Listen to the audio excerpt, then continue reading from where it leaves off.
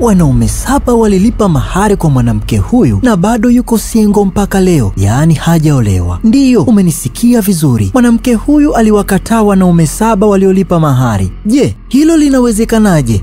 Wanaume waliolipa mahari wanamshutumu kuwa ni tapeli, yeye pamoja na familia yake. Kwa upande wake anasema kwamba wanaume hawakuwa waaminifu na walimvunja moyo. Mjomba wake pia haamini kwa kilichotokea kwa mpwa wake, na tetesi zinasema kuwa amegeuza uchumba kuwa biashara. Je, tumwamini nani? Ili kufichua ukweli, tuliamua kusafiri hadi Goma nchini Kongo na kuzungumza moja kwa moja na huyo mwanamke, rafiki zake, mjomba wake na wachumba wake wote wa zamani, na wote hao watafunguka juu ya kisa hiki chenye utata. Majina langu Fatu.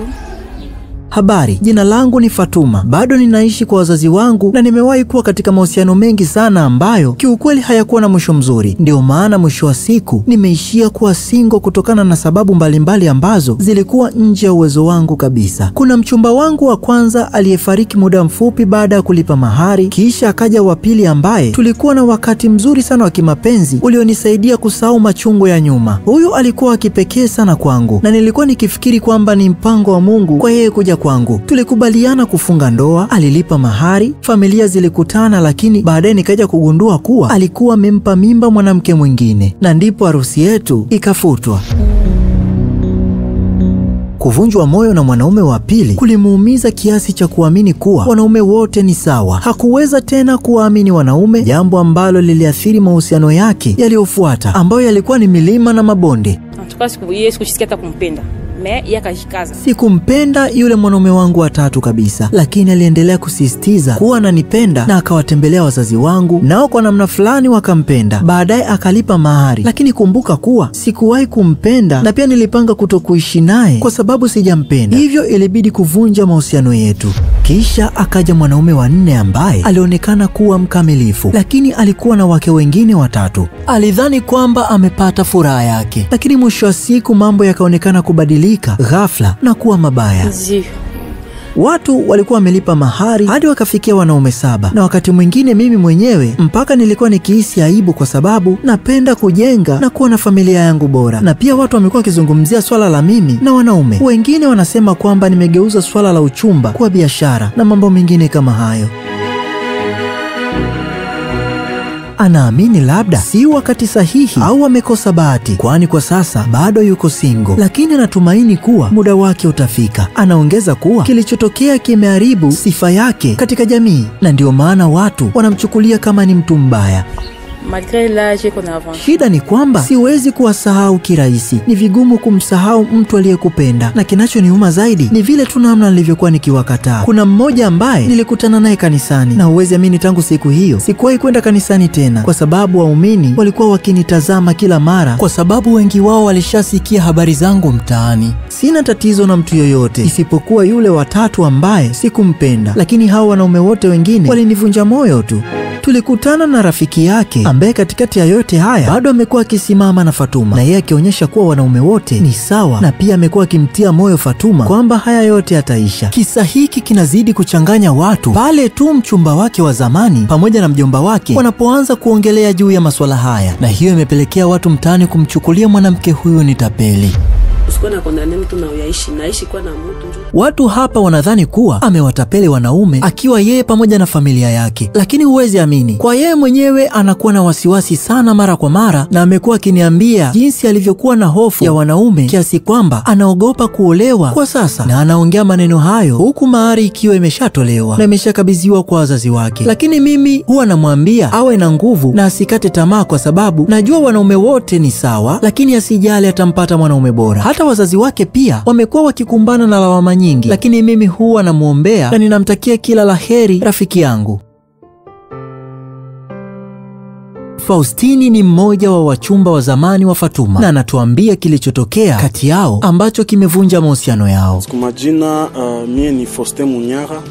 Majina yangu ni Faustini Munyara. Fatuma alikuwa mchumba wangu na nimekuwa naye kwenye uchumba kwa miezi miwili tu. Nilimtembelea mara nyingi, lakini mama yake alikuwa akinisukuma kila mara kumuoa binti yake. Kisha nikalipa mahari ambayo walikuwa wakiomba na nikawa na matarajio ya harusi. Baada ya wiki mbili nikagundua kuwa msichana hakuwa ananipenda kiasi cha kuwa mke wangu. Aliniambia kuwa hanipendi tena na ana mpenzi mwingine. Kiukweli nilishangaa sana. Nilijaribu kuwaambia kwamba wanirudishie mahari, lakini mwisho wa siku nikaja kugundua kuwa mimi sio wa kwanza. Wapo wenzangu ambao walikuwa wameshatangulia. Mwanaume huyo anaamini kwamba alichezewa mchezo kwa sababu kabla ya mahusiano yao kuanza, msichana hakuwa na mpenzi na mama yake alikuwa akimwekea pressure ili awape pesa, yaani mahari.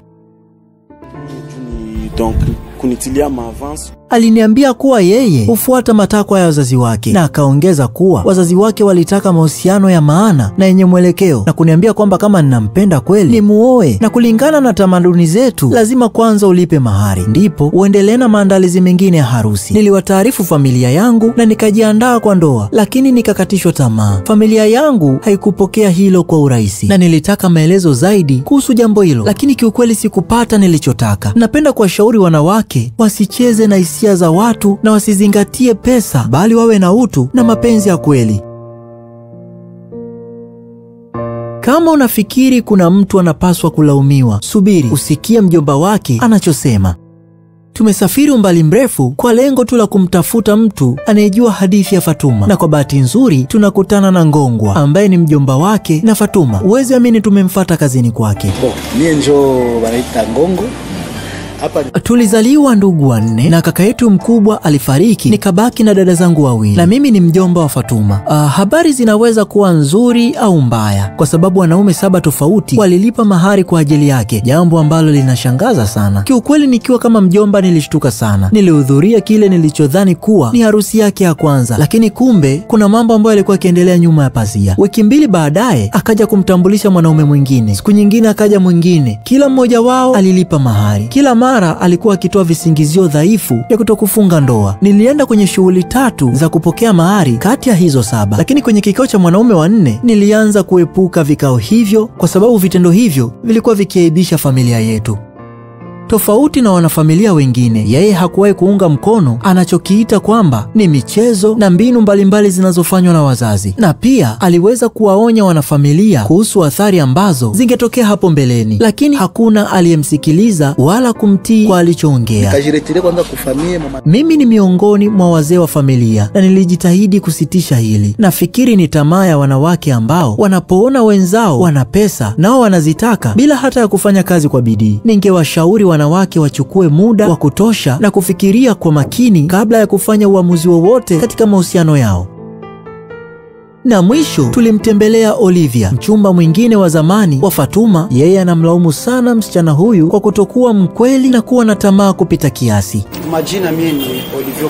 Tulikuwa kwenye mahusiano ya kimapenzi kwa takribani miaka 2, lakini sikuwa najua kuwa mwanamke huyu alikuwa na wanaume wengine 2 kabla yangu. Kila kitu kilikuwa sawa, lakini niliamua kutafuta mwanamke mwingine na nikampa mimba. Na baada ya mimi kumpa mimba mwanamke mwingine, mahusiano yangu na Fatuma yakavunjika. Hili lilitokea baada ya mimi kulipa mahari na kuanza kuzungushwa bila kupata mwelekeo wowote, na ndio maana nikaamua kitendo hiko cha kumpa mimba mwanamke mwingine. Licha ya hisia zangu za dhati kwake, sikuomba pesa yangu irudishwe.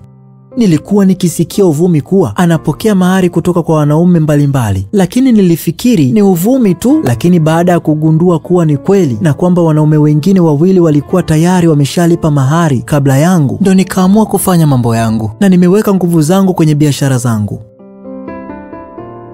Bado ninaonana naye mara kwa mara. Kwa mfano, kuna siku alinikuta dukani kwangu. Alinishangaa sana baada ya kuniona, lakini tangu siku hiyo tumekuwa tukizungumza bila matatizo yoyote.